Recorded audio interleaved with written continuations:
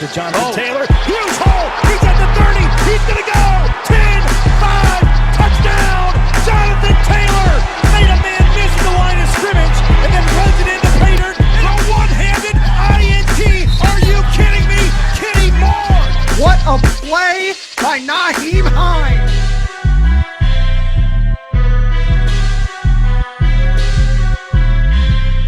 Horseshoe is back, baby. The horseshoe is back. What's going on, Colts Nation? Welcome back to another episode of the Bring the Juice Colts podcast. On with us today, very special guest from The Athletic, Mr. Zak Keefer himself. Zak, thanks so much for coming on, man. How have you been? I know you've talked about it's been kind of a wild kind of day, talking with assistant coaches and all that fun stuff, but how's it going? Yeah, wild day, wild couple of months. We did get Scott Milanovich, the new quarterbacks coach, this afternoon, along with Press Taylor, sort of the senior offensive assistant. And it's been a wild couple of months. I mean, I know Stephen Holder and I haven't had a vacation since the start of the season. Usually we take a break after the season ends, but this year with all the quarterback questions, and then they went out and traded for Carson Wentz, it's just been so busy. And all of a sudden it's going to be April in a couple of days and the draft's around the corner. So it's been fun. It's been busy. A lot to like about what the Colts have done this year in a couple of areas, but I know a lot of fans out there are not happy that they haven't been as active as they wanted in free agency. Yeah, and from the topic of this video, that's where we're going to dive into. I think it's a pretty good segue here, Zak. Now, obviously, you and Steven did a podcast a few days ago kind of discussing this same topic, and you're right. There's been a lot of Colts fans who have kind of been a little bit questionable. I know even like at certain points as a fan, I've been the same way. I've been like, you have all this money. There's some, guys at premium positions that you're looking for. Why haven't the Colts made more moves at those positions? And so we can kind of start and kind of dive in, Zak, where you guys were talking about, with some of these guys. I know there's a lot of guys like specifically at edge that a lot of people, including myself, are like, I feel like the Colts need to at least, test the waters with some of these guys. Why do you think the Colts were very silent outside of signing Isaac Rochell, I should say? Why do you think they were so silent and didn't, dish out a decent amount of money for some of these guys at kind of reasonable prices for some pass rushers in the past? I'm curious your take on that and kind of what you've taken away, hearing what Ballard and Reich and all the people have said about that. Yeah, I will say this. They haven't been silent. Just because they don't sign a guy doesn't mean they were in on a guy. I know for a fact they were in on J.J. Watt to some degree. They weren't going to pay what Arizona paid, but that tells you they were being a little aggressive and they were trying to address the needed defensive end, right? They want to improve their pass rush. I think you and everybody out there listening knows they need to get better in that regard. I mean, you go back to the playoff game, and if they got into Josh Allen just a couple more times, that's a game they could have won. That's very much a game they could have won with that area. And like you said, you nailed it. Premium positions, right? Left tackle, pass rush. That comes to mind for me. The vibe I have gotten from talking to people in and around the organization and then people outside the building, the Colts didn't see a lot of A players out there, the elite guys. The one thing that gets lost in free agency a lot is the fact that these guys are available for a reason. Now, those reasons are all over the map, right? But there's a reason that team that had them isn't bringing them back. Whether they can't afford them, they don't fit, whatever. There's a million different things. But Ballard is stubborn about this. And whether you like it or not, and I know a lot of people out there, a lot of fans are not happy about how stubborn he is. He doesn't want to play a B player A money. He doesn't want to pay a C player B money. Mm-hmm. And he's stubborn to a fault in that regard. And I don't love what they've done with the pass rush either. I'm going to sit here and be honest with you. It's an issue for me. I love what they have in the middle with Grover and with Buckner.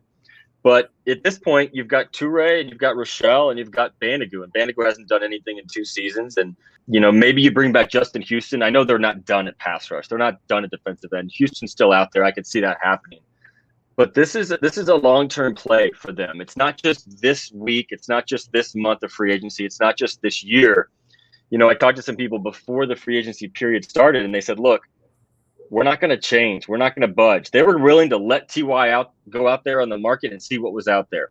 They were willing to let every single one of their free agents, Xavier Rhodes, Justin Houston, go see what was out there. And if they got a better deal, those players were willing to sign with someone else. That was the risk they were willing to take. They brought a couple of those guys back, Marlon Mack, Xavier Rhodes, T.Y. Hilton. T.Y. took substantially less money to come in Indy. I can say that for a fact. Now, T.Y. said this on the Pat McAfee show as well, but they're thinking ahead. They're thinking about at the forefront of their mind is Darius Leonard's deal, is Quentin Nelson's deal, is Braden Smith's deal. So I'm not here to say I love the Colts approach, but I am going to say you got to admire the fact that they're sticking with the plan they laid out. And I know the fans out there are going to be pretty freaking pumped when they sign Braden Smith to an extension and Darius to a huge extension and Quentin Nelson to a huge extension and maybe even Nyheim Hines. So the thinking is they want to bring their own guys back. And if that means they're going to be very picky on the open market and they don't want to overspend, that's just how it's going to be. Yeah, I think a lot of people, looking at, just the Colts approach overall, they haven't done a ton in terms of like going after a big fish, if that makes sense. But I think a lot of people think the Colts are unwilling to do that, which I think is interesting. And I'm like, did you guys just forget like the last offseason, literally going and trading number 1 pick for Buckner, Carson Wentz? You could even say Rivers. I mean, you could say Rivers. Yeah. I mean, they gave up a first-round pick for Buckner. They gave up a second and a third. Here's what I would say on that, not to interrupt you, but no, you're good. Ballard will go get the big fish, but he's just very, very careful about it. He's very, very particular, and he doesn't make moves that will backfire in his face. Rivers was going to work out for the most part. Wentz, we'll see. I think Wentz is the biggest gamble of all. Buckner was a home run. So he's willing to go all out and to go all in on a big name. He's just very selective. It's interesting, Zach, because I look at some of the teams that are annually in winning free agency, right? Those teams, New York, both New York teams. It's always the Jets. Patriots. It's always, and then you look like a guy like CJ Mosley, who I know people were like a few off seasons ago were like, oh, Colts should go after him. The Jets are trying to trade him. So it just goes to show you can do that. You can go that approach. Sometimes it works, like with the Rams a few years ago, but overall, I think I respect that about Ballard is he's so disciplined. He'll make moves, but only when they make sense for the team, right? And I just wish some people would understand, I guess, a little bit more like, look, the Colts aren't like the Jets or the Giants where they have to go make these signings and they're like won 4 or 5 games last year. The Colts are very close to being a contender, and so you can't just go spending money like gung-ho. Yeah, it looks like you have a lot, but you mentioned it, Zach. You got to re-sign some of your own guys. I mean, I know there's a lot of people. We can move on kind of talking about the offensive line because I know there's a lot of people that were like, why weren't the Colts going after Trent Williams or trading for Orlando Brown? And I'm like, well, you got to pay your other guys. If you do that, you're probably going to let a Braden Smith or probably not Quentin Nelson, but you know what I mean? Let one of those big guys go. So I really love what the Colts have done. Obviously, I would have liked the pass rusher, but I think it makes sense. I respect what Chris Ballard has done overall. And his approach to free agency, I think I'm right there with you. Like, I don't necessarily agree with what they're doing all the time, but I get it and I respect it. And if there's anything you want as a fan, you want to believe that the guy running the team has a plan. You don't always have to agree with every move, but you made a really good point there. Like, let's go back and look at some of the free agent signings of the last couple of years, and let's look at the contracts that were given out, the guaranteed money, and let's look at how it played out because the Jets haven't gotten any better. They stink. The Giants are not any good. I mean, we're going down the list. Let's think about the teams that don't go into free agency very often. The Seahawks are pretty selective. They win every year. The Packers are very quiet. They signed one of their own, Aaron Jones, and that's it. The Ravens are very selective, and they win every year. And I know for a fact that Ballard had opportunities before he came to the Colts. And one of the reasons he chose to turn down this opportunity, this particular team, was because the owner wasn't going to give him time to win. And how do you win over time? You draft. He's all about the draft. And it's not going to be quick fixes. And with the exception of 17 when he took over and he had to get Chuck Pagano a younger defense, he's been very, very quiet in free agency. And fans, and I've seen this a lot on Twitter, trust me, my mentions explode. Why aren't the Colts doing anything? Mm-hmm. And we always joke, me and Wells and Holder and Kevin Bowen, like we all, trust me, we hear it. And I've had a lot of long talks with Ballard over the years about free agency, trying to learn about what he thinks and why he does what he does. And he gave me this quote one time from George Young, the legendary GM of the Giants, who won a couple Super Bowls with Parcells in the 80s. And they said, look, everybody in this league is impulsive. Fans are impulsive. Coaches are impulsive. Agents are impulsive. Players are impulsive. I'm not going to be. And Ballard loves that. And he says, look, right now, the Colts, they need a defensive end, right? Fans want a defensive end so they can sleep better tonight and think that their team is better.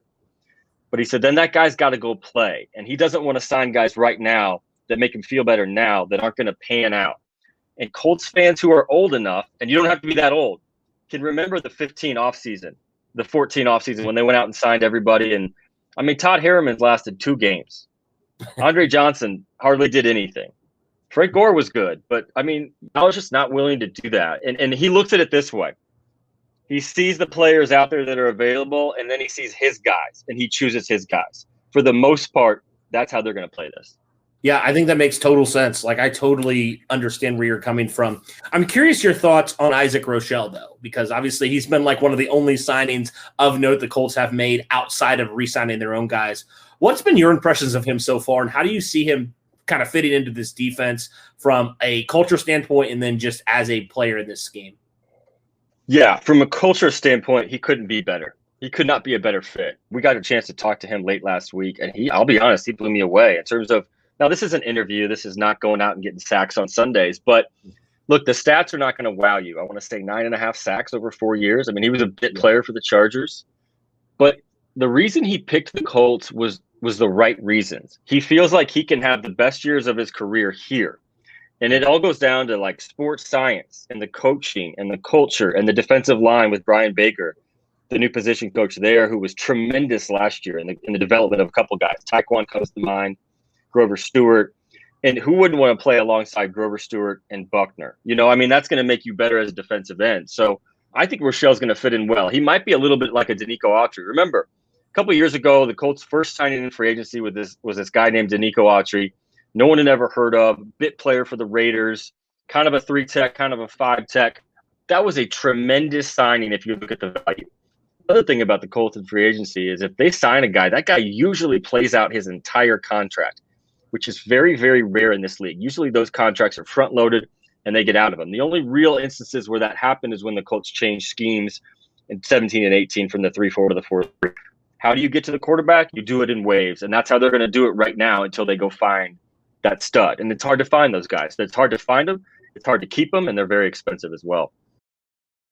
Yeah, I definitely agree with you there. Yeah, so give me your thoughts, I guess, going to be the last thing we can talk about on some of these guys the Colts brought back. So obviously T.Y. Hilton, Marlon Mack, Xavier Rhodes. Were any of these like surprises to you? Any of these stand out to you as like, wow, I can't believe the Colts got them, or wow, that was a good deal for the Colts to get them? What were your thoughts on the players who did return to Indianapolis? Yeah, I can tell you the Marlon Mack thing surprised me, just based on what Chris Ballard said at the end of the season. You know, he kind of expected him to go out and see what was out there. He did for 1 year for $2 million. I mean, that was easy. The Colts have no hesitation on that. I think I'm higher on Marlon Mack than a lot of people. That's fine. I know he hasn't stayed healthy his entire career, but at his top end, he's a damn good running back. And he does a lot of the things that Jonathan Taylor doesn't do particularly well. Taylor's great. He's going to run you over. Mack's going to go around you. And there's a lot of things with the vision and seeing plays before they happen and before they develop that Marlon Mack helped Jonathan Taylor with through last year. Marlon stayed in Indy, remembered to rehab, was in the running back room. I mean, he was going through COVID testing just to be in the building. That doesn't happen with a lot of guys when they're hurt for the year. That speaks to the kind of guy Marlon Mack is. I think that running back room could be the best in football this year. I really believe it. And Marlon Mack's a big part of that. It's not just Taylor and it's not just Hines. The Colts are thrilled to get Xavier Rhodes back as well. They're thrilled to pay him $6.5 million. I mean, he was a lockdown corner last year. He fits really well with their scheme. And I think Xavier's really smart to come back here because if this team continues to add pieces on defense, he's a great fit for a zone scheme later in his career. And with questions about Rock Ya-Sin, you got to address that position. So I really like the move to bring back Xavier. And then thirdly, T.Y. It's crazy. The Bring T.Y. Home movement on Twitter, T.Y. said in his own words that mattered. I mean, I know for a fact he turned down more money on the table from the Baltimore Ravens, a significant chunk of money, not 6 figures, 7 figures. And the word I got from inside the building was the Colts are so damn proud of that guy for coming back. I mean, he means something to the city. The city means a lot to him. This is a rare thing. Marvin Harrison, didn't get to retire on his own terms. Reggie Wayne wanted to come back. They had to say, no, thanks, Reggie. And those are Hall of Fame guys. And the fact that T.Y. gets to come back this year and he took a little bit more money, but he's still getting paid well, it speaks a lot to his value. And then secondly, the thing I heard that stood out on that front was how much they value T.Y. with Carson Wentz coming in. There's a lot of value in having a veteran receiver who knows the building, who's absolutely respected from the top down. We're talking Irsay, Ballard, Reich. To have Carson coming into that, to have a guy he can go to, that's huge. I mean, that's huge. It's beyond X's and O's. It's beyond the routes and the production. Having T.Y. here will help Carson Wentz's life a lot, make it a lot easier. Yeah. Are there any other guys? I know you mentioned Justin Houston potentially. Any other guys that you're hoping the Colts potentially look to bring back this season? The Justin Houston is one that makes you feel better because of the pass rush. I still think he can play. The tendered free agents are interesting to me because George Odom is not a lock to come back. And I know he's not a huge name, but he's a reserve safety and he's a really good special teams guy. And he led the league in special teams tackles last year. And that matters. It really does matter. Field position game. I think Pascal comes back. I think Moelle Cox comes back. Odom, the talks weren't great when they originally discussed contract terms. We'll see what Odom gets on the open market. The Colts have rights to first refusal if they want to match that. That's not necessarily a back-breaking loss, but it does, hurt your special teams to lose one of its better players. Yeah, makes sense. All right, Zach. Well, thank you so much, man, for coming on, discussing this a little bit. Hopefully some Colts fans who listen to this can kind of put their minds at ease a little bit about what the Colts are doing and why they're doing it. I mean, it made perfect sense how you explained it, and I think that's where the Colts' mind is right now, and it makes a lot of sense from that standpoint. But thanks, Zach, so much, man. I really appreciate you coming on. Awesome. Thanks for having me, Cody. Keep up the great work, man. Thank you. Appreciate that. See you, man.